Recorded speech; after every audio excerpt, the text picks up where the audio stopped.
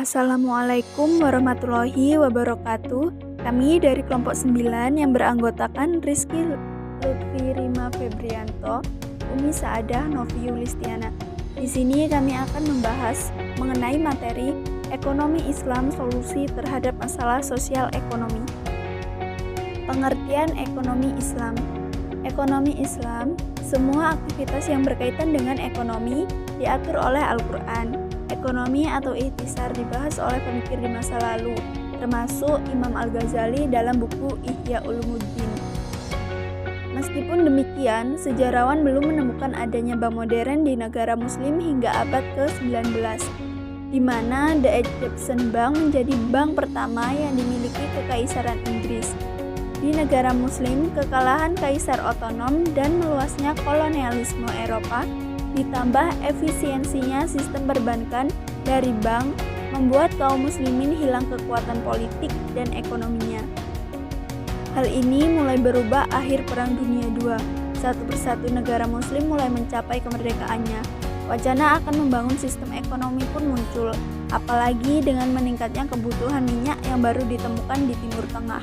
Di tahun 1970, seorang Abul A'la Maububi dari Pakistan mulai membuat pemikiran konkret tentang ekonomi Islam. Pada saat yang sama, dunia tengah dihadapkan dengan meningkatnya harga minyak yang menjadi sumber keuntungan besar bagi negara-negara muslim. Tak puas dengan sistem perbankan barat, bank demi bank berbasis Islam mulai bermunculan dan ekonomi Islam semakin populer. Menurut Muhammad Baqir Al-Sadr, prinsip ekonomi Islam dibagi menjadi 3, yaitu kepemilikan ganda, di mana terdapat 3 jenis kepemilikan, yaitu kepemilikan pribadi, publik, dan negara. Selain itu, ekonomi harus didasari mekanisme pasar bebas dengan intervensi dari pemerintah. Dan yang terakhir, kegiatan ekonomi tidak boleh mengesampingkan keadilan sosial. Bank berbasis Islam juga memiliki sistem yang berbeda. Di sistem bank biasa, 1. Seorang penyetor akan memberikan deposito ke dalam bank. 2. Mendapatkan bunga tetap sebagai gantinya. 3. Bank selalu meminjamkan kepada peminjam. Jaminan bahwa si peminjam akan mengembalikan uang yang dipinjam dengan bunga, hal ini dianggap sebagai ketidakadilan, karena si peminjam harus menanggung resiko dalam transaksi ini. Menurut pakar ekonomi Islam, sistem berbasis suku bunga inilah yang membuat berbagai orang tercekik oleh utang dan membuat pengusaha enggan meminjam uang untuk mengembangkan usahanya. Di lain pihak, Islam menawarkan pinjaman tanpa bunga. Hanya saja, keuntungan dan kerugian dari pinjaman ini ditanggung bersama oleh depositor bank dan si peminjam. Dengan kata lain, ekonomi Islam mengajak semua muslimin untuk mengambil resiko, untuk berinvestasi dengan menanam modal dan berwirausaha, dan tidak mengandalkan suku bunga atau riba untuk menjadi kaya. Pada tahun 1975, bank swasta pertama yang bernama Dubai Islamic Bank lahir. Dari sini banyak yang keliru menilai bahwa kapitalisme sama dengan ekonomi Islam, padahal kenyataannya tidak. Kapitalisme mementingkan mengenai materialisme, sedangkan ekonomi Islam mementingkan kebutuhan spiritual manusia, bahwa kapitalisme mempromosikan penggunaan secara bebas kekayaan masing-masing. Tidak cocok dengan ekonomi Islam yang mempromosikan amal dan zakat. Sekarang, bagaimana dengan sosialisme? Islam menekankan persatuan antara kelas masyarakat dan pentingnya spiritual di atas kepentingan materi. Sayangnya, sosialisme ingin memecah masyarakat menjadi 2 kelas, antara kelas proletar dan bourgeois yang ditakdirkan untuk bermusuhan satu sama lain. Sosialisme juga dinilai terlalu otoriter dan menganggap paham Marx terlalu materialistis. Ekonomi Islam memang menganut kapitalisme dan sosialisme, tapi tidak keduanya. Di dalam kapitalisme maupun sosialisme, kekayaan seperti alam, manusia, aset dapat dimiliki oleh manusia atau kaum bourgeois. Namun, pada ekonomi Islam, semua yang ada di dunia ini dimiliki oleh Tuhan semesta. Sebagai negara muslim terdapat di dunia, sejarah ekonomi Islam di Indonesia dapat dilacak pada tahun 1905 dengan pembentukan Sarekat Dagang Islam. Kala itu, organisasi yang akan berubah menjadi masyarakat Islam ini bertujuan untuk menaikkan daya saing pedagang muslim pribumi terhadap dominasi pedagang etnis Tionghoa. Namun, pergerakan ekonomi Islam di Indonesia dimulai pada tahun 1970-an dan dipelopori oleh Profesor Dr. Amin Aziz dan Profesor M.A. Saifuddin.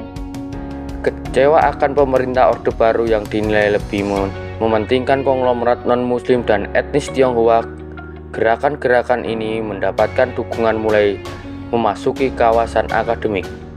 Menurut lobi organisasi Islam seperti ICMI dan MUI dan lain-lain, Soeharto akhirnya memberikan izin untuk bank berbasis Islam pertama di Indonesia, yaitu Bank Muamalat Indonesia.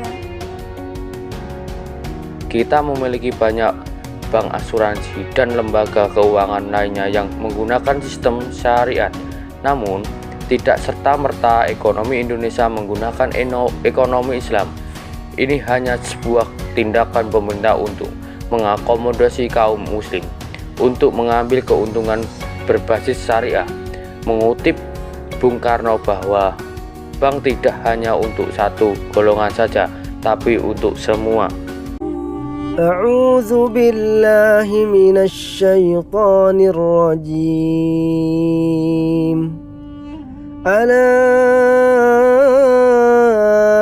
inna lillahi man fis samawati wa man fil ardh wa ma yattabi'u alladhina yad'una min dunillahi syuraka in yattabi'una illa adh-dhanna wa in hum illa yakhrusun.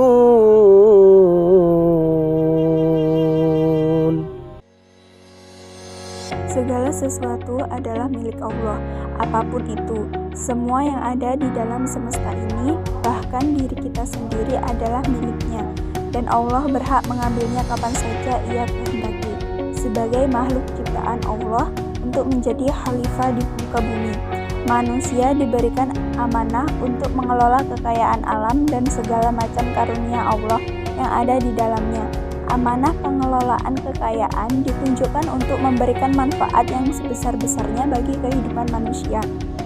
Karena sebaik-baiknya manusia adalah yang paling bermanfaat bagi manusia lain.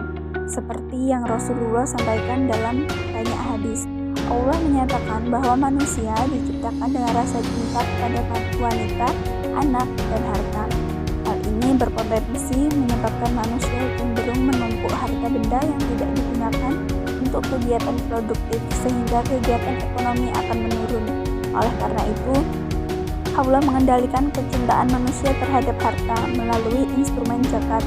Zakat menyebabkan 2,5% harta mengalir kepada fakir miskin, sehingga meningkatkan daya beli yang mendorong aktivitas ekonomi domestik, sekaligus mengurangi ketimpangan ekonomi yang istimewa dari zakat. Harta yang 97,5% menjadi terdorong untuk mengalir pada kegiatan produktif, sehingga meningkatkan pertumbuhan ekonomi. Selain zakat, terdapat instrumen sedekah, infak, dan wakaf.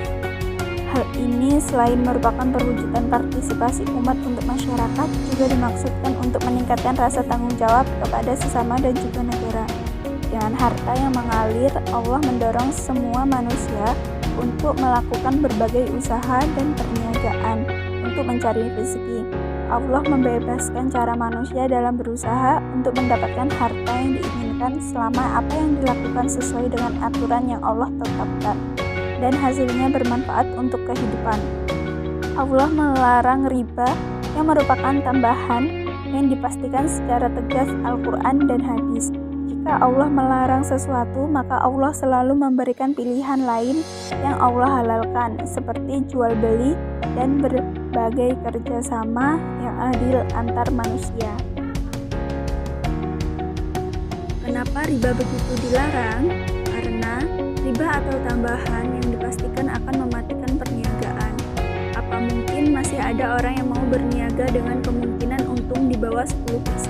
Jika ada penambahan yang dipastikan sebesar 10%, Allah menginginkan supaya harta yang dimiliki manusia terus mengalir menuju perniagaan secara optimal tanpa sedikit pun dihalangi dan dimatikan oleh riba. Hal lain yang dilarang adalah kegiatan perjudian. Larangan judi disebabkan perputaran harta melalui perjudian tidak memberikan manfaat kepada masyarakat. Berbeda dengan judi, perputaran harta melalui perniagaan memberikan manfaat berupa penambahan produksi barang dan jasa. Inilah yang membuat judi dilarang. Prinsip dasar muamalah atau hubungan kepentingan antar sesama manusia seperti bisnis, jual beli, jasa, atau apapun dalam Islam harus dilakukan dengan dasar suka sama suka dan saling ridho. Tidak ada gharar atau ketidakselarasan yang berarti semua muamalah harus jelas dan transparan. Tidak ada gharar atau hal-hal yang membahayakan. Pada intinya, transaksi muamalah harus berdasarkan pada kerjasama yang adil dan mendatangkan masyarakat. Dari penjelasan tadi, kita menjadi paham perekonomian membutuhkan zakat sebagai instrumen pemompa aliran harta tanpa kendala riba untuk menetapkan perniagaan yang optimal dan bermanfaat untuk perekonomian. Sama halnya dengan tubuh manusia yang membutuhkan jantung untuk memompa darah dan mengalirkannya secara optimal tanpa kendala. Kesamaan ini menunjukkan bahwa semua itu diciptakan oleh satu pencipta yang sama, yaitu Allah Sang Kholik. Segala syariat yang bermuamalah yang Allah tetapkan adalah untuk menjaga supaya manusia terhindar dari kebinasaan karena keserakahan, supaya perekonomian berlangsung dengan kesinambungan dan berdampak positif pada semua pemangku kepentingan. Begitu sempurna segala aturan yang Allah turunkan karena Allah menyayangi hamba-hambanya.